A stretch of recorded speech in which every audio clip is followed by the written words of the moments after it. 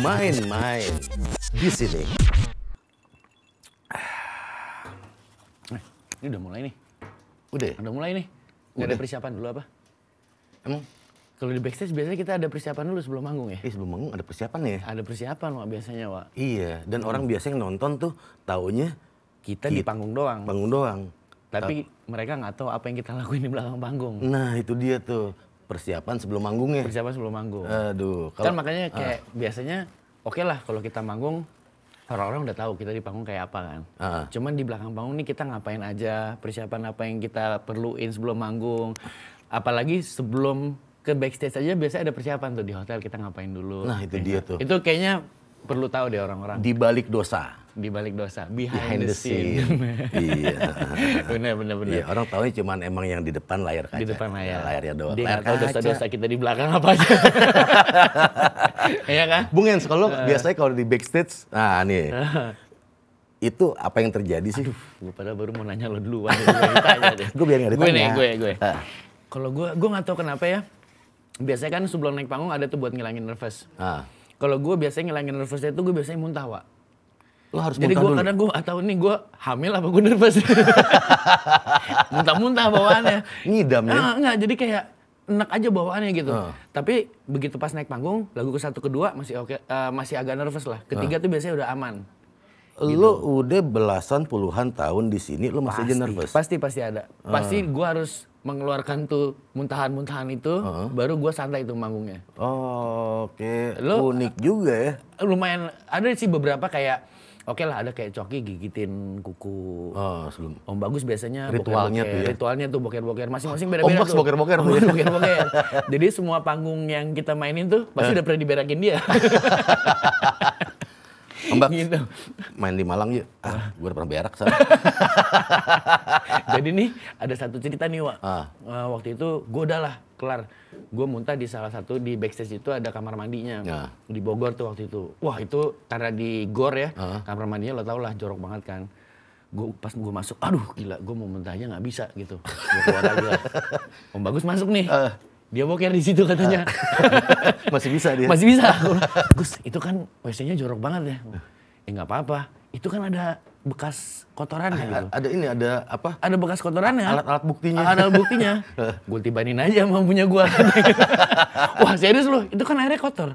Kan gue bacain bismillah. Terus lu bacain bismillah bersih airnya? Enggak juga kan. Iya, ada tuh gitu-gitu tuh. Udah kayak di rest area somewhere di mana yang emang kalau kita masuk ke toilet tuh ada aja residu sebelumnya ya. Iya makanya, tapi mau nggak mau kan lo harus ngeluarin ritual biar santai gitu. Iya. Dan lo tuh emang udah harus ya kayak gitu ya? Udah harus. Kalau lu biasanya? Kalau gue jadi orang yang paling nyebelin se-Asia Tenggara. Kenapa? Kenapa Asia Tenggara?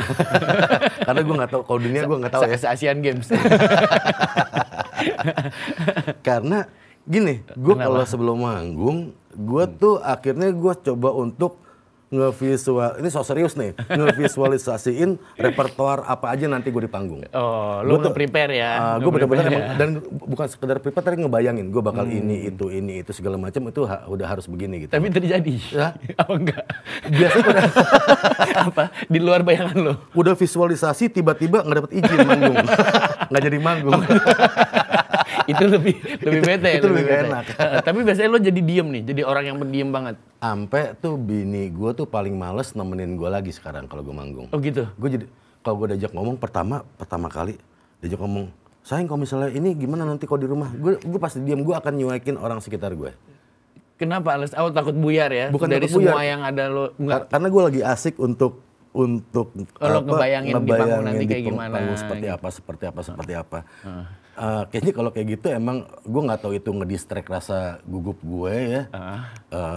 Gup. Dilarang. Di sini semua banyak larangan. Larangan. Dilarang masuk, dilarang berhenti. Tapi disuruh keluar. Iya, kenapa? Dilarang masuk tapi harus keluar. Gimana caranya tuh? Gimana caranya? Tetap harus keluar kan? Nggak usah masuk tapi keluar. Gimana supaya lo nggak guguk?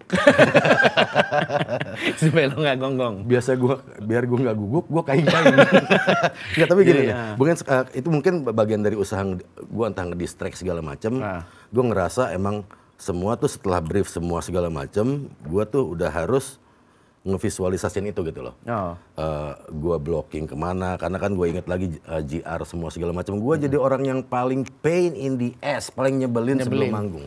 Oh ya? Pasti, misalnya udah 5 menit sebelum manggung ya. Kalau sebelumnya gue mungkin masih bisa ketawa-tawa sama teman semua segala macam. Tapi begitu udah 10 sampai 5 menit menuju countdown, gue udah mesti diem tuh. Udah gue ngebayangin. Sampai bini gue, enggak, gue malas lagi nemenin lo manggung, gue mending penonton aja. Ngeselin gue. Enggak, tapi nih, biasanya kan kalau di belakang di backstage-nya, kita kan pasti di belakang backstage ya? Bukan. Udah di belakang backstage lagi. Dia di belakang-belakangnya lagi tuh. Enggak, di backstage nih biasanya kan pasti ketemu, misalnya acara festival nih, Kang Ius. Itu kan pasti banyak kan, kayak pengisi acara lain, ya pasti otomatis teman-teman lain lah. Iya. Nah itu mau nggak mau kan kita harus berbaur. Iya. Nah itu lo gimana? Lo tetap jadi orang pendiam yang belagu itu, sombong yang ngehe itu? Enggak dong. Karena emang sebelum 10 menit atau 5 menit sebelum manggung gue pasti akan jadi lo mingle. Gue pasti akan jadi kayak oke, lo bisa ngobrol sama gue 10 menit aja ya. Udah. Oke, cabut. Ini waktunya gue diem. Jadi jangan ngomong. Bentar, jangan ngomong. Tapi emang gue biasa, gue paling seneng tuh emang kalau festival tuh. Untung gue bukan istri lo. Nyebelin banget nih suami gue. Gue cuma 1, kalau istri 3. Oh iya, Iswan. Namanya Iswan. Iya. Bapak-bapak susah emang ya. Nah jadi gini, gue paling suka emang festifnya ketika di acara festival itu adalah bukan buat penontonnya aja, tapi yang kita nih. Itunya kan. Kita bisa ngobrol sama pengisi acara yang lain gitu ya. Ngobrol kadang semua. Yang kita tunggu malah itunya ya, ketemu temen-temennya ya, bukan manggungnya. Bukan manggungnya. Iya, lu pernah habis ngobrol-ngobrol gue pulang. Lupa gue. Gak manggung. Oh gitu ya. Jadi gitu udah biasa kalau udah gue cabut pelan-pelan, kalau istilah anak-anak ninja asap ya. Udah terus gue ninja asap, nggak ketahuan ngilangnya kapan, udah gue mulai sendiri di situ. Pokoknya kalau udah ada asap-asap tuh lo udah nggak ada dia. Udah nggak ada. Udah lempar batu tuh. Udah lempar batu. Bas. Nggak hilang tapi muka hitam. Asapnya. Tapi nggak hilang. Ada di situ. Ada. Gagal. Iya. Oh berarti begitu kalau lagi mingle, pas manggung mingle aja.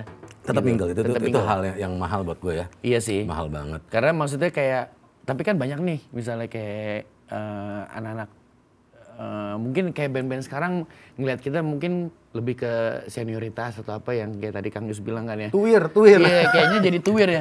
Malah sebenarnya kita nggak kepengen kayak gitu ya. Yeah. Malah mingle aja gitu. Kayak lebih di stage-nya nanti kita juga lebih santai gitu pengen. Itu kan itu lo ngerasa itu nggak sih? Begitu ada teman-teman yang datang segala macem, jadi lo ngerasa lebih nyaman ya. Lebih nyaman. Gue juga kadang rasa pengen muntah gue hilang tuh kadang kalau ada yang kayak gitu ya. Apa muntah di situ? Gue muntahin aja tuh orang yang ngajak ngobrol gue. Gue pengen muntah lo ajak ngobrol. Kalau sendiri. Nggak jadi apa? Bener kata lo. Ketika emang ketemu teman-teman di situ yang bukan Bang Iwa gitu ya atau Bang Eno bukan sebagai teman semua segala macam, itu bikin kita akhirnya emang dapetin koordinat tuh di sininya tuh tetep enak dan benar-benar akhirnya ketika perform juga jadi lebih apa adanya ya. Iya sih. Lebih enak. Nah emang buat conditioning itu sendiri, gue bilang fase conditioning yang emang merem itu tadi ya paling gue cuma buat 5 menitan lah. Iya. Biar lemes ya. Biar lemes aja. Conditioning. Oh itu conditioner. Lemes. Iya tapi bener conditioning itu buat lemesin. Iya. Bukan rambut aja. Iya. Badan juga bisa lemes. Makanya jangan sekali-sekali setelah service pakai conditioner. Jangan. Makin lemes. Bisa lemes. Bukan slow jadi lemes. Jadi gini. Yang menarik itu kan ritual kita tuh. Mungkin yang namanya lo Bung Ens nih biasa muntah-muntah dulu, itu harus sebelum manggung. Ya gue biasa emang conditioning jadi orang dulu. Yang paling menyebalkan. Orang jadi menyebalkan, gue diam sendiri untuk visualisasi di atas panggung. Yang penting lagi mood booster. Kayak makanan apa sih? Biasa kita udah di belakang panggung ya. Belakang panggung suka ada readersnya kita nih. Apa? Lo apa sih biasanya? Gue tuh yang penting ada